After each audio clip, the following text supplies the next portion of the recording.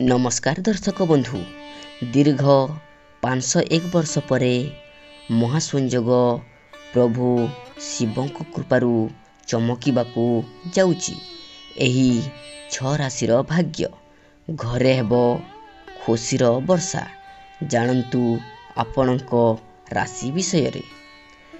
दर्शक बंधु एही 6 गोटी राशि मानक उपरे वर्षिबो प्रभु भोलानाथଙ୍କ कृपा।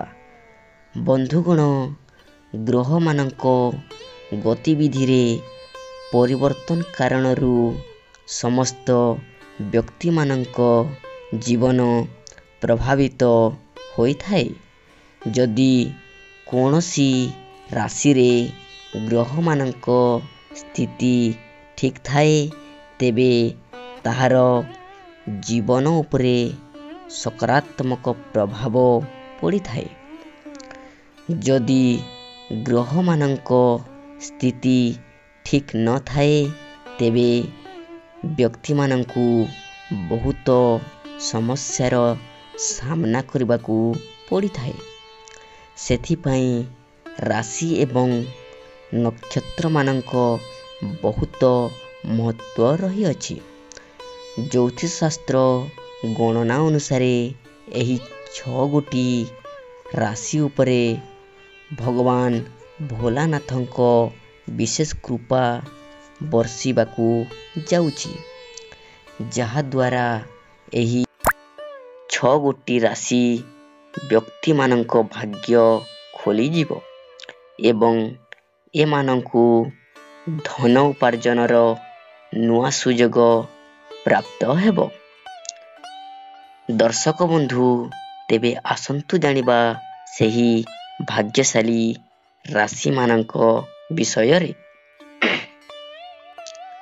जेउ मानक उपरे प्रभु भोलानाथଙ୍କ कोन सबु कृपा दृष्टि पड़िबाकू जाउची, एही राशिर लोक मानकू भगवान शिवଙ୍କ कृपारू भाग्यर संपूर्ण सहयोग मिलिबाकू जाउची।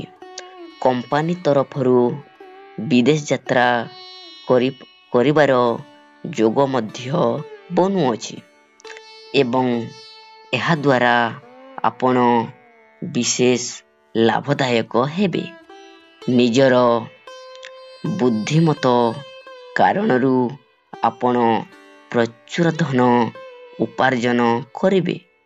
शिल्प एवं वाणिज्य व्यवसाय एवं परिवहनर निर्माण क्षेत्र रे उन्नत मानर फल मिलिबो। ज्योतिष शास्त्र गणना अनुसार एही 6 गोटी राशि उपरे भगवान भोलानाथଙ୍କ विशेष कृपा वर्षिबाकू जाउची, जहा द्वारा एही 6 गोटी राशि व्यक्ति मानक भाग्य खोली जीवो एवं ए मानकू धन उपार्जनर नुआ नुआ सुजोग प्राप्त हेबो। जदि ग्रह मानक स्थिति ठीक न थाए तेबे व्यक्ति मानकू बहुत समस्यार सामना करबाकू पड़ी थाए। सेथिपाई राशि एवं नक्षत्र मानक बहुत महत्व रहिची। दर्शक बंधु एही राशिर लोक मानकू भगवान भोला बाबांको कृपारू उन्नतिर नुआ नुआ अवसर प्राप्ति हेबो। व्यवसाय क्षेत्र रे संतुष्टि लाभ करिवे। ऑफिस रे सहकर्मी माने आपणक काम रे प्रशंसा करिवे।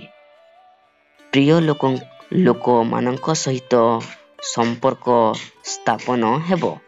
अधिक परिश्रम करिबा द्वारा आपण प्रचुर अर्थ लाभ करिबाकू जाउछंती।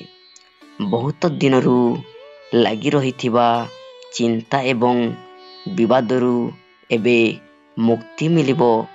एही राशिर लोक मानकू प्रभु भोलानाथଙ୍କ कृपारू ସଫଳତା ନିଶ୍ଚୟ ପ୍ରାପ୍ତ ହେବେ। ତେବେ ଆସନ୍ତୁ ଜାଣିବା ସେହି ଭାଗ୍ୟଶାଳୀ ରାଶିମାନଙ୍କ ବିଷୟରେ, ଯେଉଁମାନଙ୍କ ଉପରେ ପ୍ରଭୁ ଭୋଲାନାଥଙ୍କ ସବୁ କୃପା ଦୃଷ୍ଟି ପଡ଼ିବାକୁ ଯାଉଛି। ଏହି ରାଶିର ଲୋକମାନଙ୍କୁ ଭଗବାନ ଶିବଙ୍କ କୃପାରୁ ଭାଗ୍ୟର ସମ୍ପୂର୍ଣ୍ଣ ସହଯୋଗ ମିଳିବାକୁ ଯାଉଛି।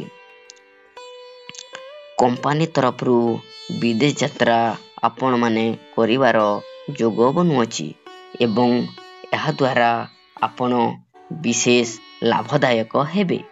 ନିଜର ବୁଦ୍ଧିମତ କାରଣରୁ ଆପଣ ପ୍ରଚୁର ଧନ ଉପାର୍ଜନ କରିବେ। ଦର୍ଶକ ବନ୍ଧୁ, ସାମାଜିକ ପ୍ରତିଷ୍ଠା ଏବଂ ମାନ ସମ୍ମାନରେ ବୃଦ୍ଧି ହେବ। ପ୍ରେମୀ ଏବଂ ପ୍ରେମିକମାନେ ପ୍ରେମ କ୍ଷେତ୍ରରେ ସଫଳତା ମିଳିବ। ଦାମ୍ପତ୍ୟ ଜୀବନର ସୁଖର ମାର୍ଗ ଆପଣଙ୍କୁ ମିଳିବ। ଶିକ୍ଷା କ୍ଷେତ୍ରରେ ଆପଣ ଉନ୍ନତି କରିବେ। ପରିବାରରେ ମାଙ୍ଗଳିକ କାର୍ଯ୍ୟ ଏବଂ ଧାର୍ମିକ କାର୍ଯ୍ୟ ହୋଇପାରେ। ଏହି ରାଶିର ଲୋକମାନେ ଭଗବାନ ଶିବଙ୍କ ବ୍ୟବସାୟରେ ଉଚିତ ଲାଭ ପ୍ରାପ୍ତ କରିବେ। କୌଣସି ପ୍ରୋଜେକ୍ଟ କରିପାରନ୍ତି। ଯାତ୍ରା କରିବା ସମୟରେ କୌଣସି ଶୁଭ ସମାଚାର ଶୁଣିବାକୁ ମିଳିବ।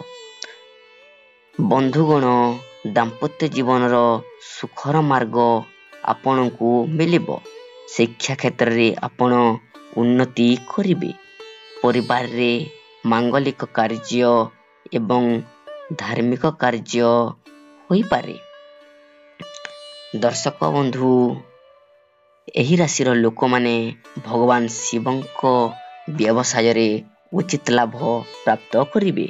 କୌଣସି ପ୍ରୋଜେକ୍ଟ କରିପାରନ୍ତି। ଯାତ୍ରା କରିବାର ସମୟରେ କୌଣସି ଶୁଭ ସମାଚାର ଶୁଣିବାକୁ ମିଳିବ। ଘରେ ନୂତନ ବସ୍ତୁ କ୍ରୟ କରିପାରନ୍ତି। ପ୍ରେମ ସମ୍ପର୍କରେ ଅଧିକ ଘନିଷ୍ଠତା ଆସିବ। ତେବେ ଦର୍ଶକ ବନ୍ଧୁ, ଏହିସବୁ ଭାଗ୍ୟଶାଳୀ ଶୁଭ ରାଶି ହେଉଛନ୍ତି ଯେଉଁମାନଙ୍କ ବିଷୟରେ ଆମେ ଏଠାରେ କଥା ହେଉଥିଲେ। ସେହି ଶୁଭ ରାଶି ଗୁଡ଼ିକ ହେଉଛନ୍ତି ବୃଷ ରାଶି, ସିଂହ ରାଶି, ତୁଲା ରାଶି, କନ୍ୟା ରାଶି, ମକର ରାଶି ଏବଂ କୁମ୍ଭ ରାଶି। ନମସ୍କାର।